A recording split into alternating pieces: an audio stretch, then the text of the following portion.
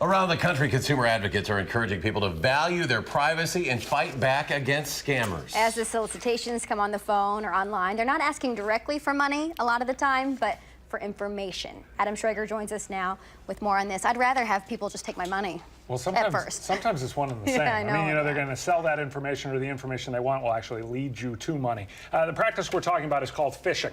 And just like the sport, it is designed to do some catching. Typically, these calls or emails, they want to elicit some curiosity, to get you to do something like call someone back or click on a link in an email. Donna Grover in Beloit got one of these phishing calls recently. It was promising $3,000 in free groceries if she turned over some personal information. She thought it didn't smell right. She called for action. There are multiple complaints filed with the Better Business Bureau about this very scam. She did not fall for it. Good for her. Here are some tips, though, to avoid being a victim. Don't believe it if someone offers you something for free in exchange for your bank account info or your social security number.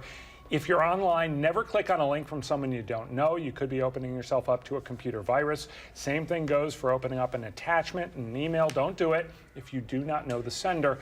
Finally, make sure you have up-to-date computer security software to protect against virus and spam emails. It seems common, but it never hurts to remind people. Right? Yeah, you know, I do that all the time and think, I'm curious and I want to, but I don't. Big Don't mistake. be curious. But yeah, I mean, I really am curious. That's when the IT people come running to your desk. And the whole newsroom shuts down because of you.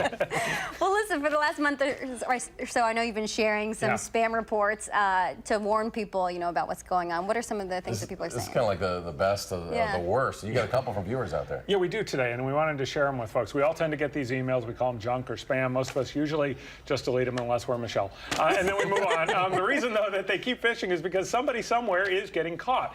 We're trying to stop that. So every day on channel3000.com, we feature the daily spam report. It's an email that is pure spam and thus pure scam. If you have a scam email you want to share, you can send it to me at aschrager@wisctv.com, and it just might make this segment in the future. Today we're going to feature a couple that have been sent to me over the last week. Let's start. The first one comes from Bob in Oregon. It's from Mrs. Caro Who.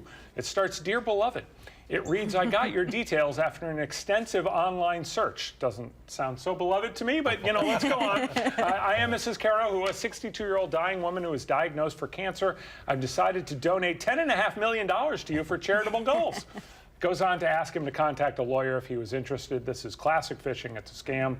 Do not let yourself get caught. No one is finding you online to give away $10.5 million of their dollars. It's just not happening. The next one comes to us from Gary Larson. It comes from a Robbie Taylor, and it's titled, "Hello." It reads, "I would like to make a donation to a charitable institution in your community. Please contact me if you can accept this donation. The email that is given is different from the sender's email. That's a key tip-off if you're looking for clues on how to detect what's a scam and what's not." Again, no one's just going to find you and give you money to donate. Please don't fall for this. So if you have any consumers that you want us to investigate, you can always call for action simply by going to the website channel3000.com/call for action. You can always call the volunteers on Mondays, Wednesdays, and Fridays. That number 608-270-2833, and the hotline is open on those days from 11 to 1. People still fall for these scams, so it's important to Well, remind we're all people. beloved. So, you know, We're all friends. And curious. Yes. Don't click on those emails. oh boy, Adam, thank you. Thank you.